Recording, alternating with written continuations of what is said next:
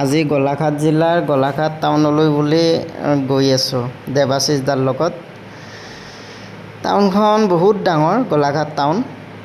এইখন হৈছে বজাৰ, এইখন টাউন মানে গোলাঘাট জিলাৰ আৰু মেইন সেইখন। বহুত দোকান আছে, দোকান চাইডে চাইডে দোকানবিলাক আছে।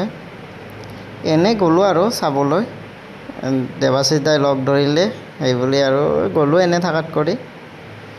আমি ৰাতি গ'লোঁ, গধূলি মানে 7টামান বজাত গৈ পালোঁ। সকলোৱে বজাৰ কৰিব আহিছে। টাউন এৰিয়াটো বহুত ডাঙৰ এৰিয়া আৰু এইখন হৈছে বজাৰ। এই বজাৰত এইবিলাক বস্তু বিক্ৰী কৰে, মানে লোকেল বস্তুবিলাক পায় আৰু ইয়াত গোলাঘাট টাউনত। এই চাওক নেমু, এইবিলাক নেমু, এই ফল মূলৰ দোকান, এইবিলাক দোকান আছে।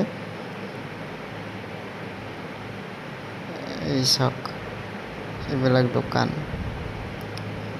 আমি গ'লোঁ আৰু দৌৰা দৌৰিকৈ যোৱা হ'ল। দেৱাশিষ দাই ক'লে এখন ফেন ল'ব লাগিছিল, এখন ফেন লোৱা হ'ল এই দোকানখনৰ পৰা। আৰু ইয়াতে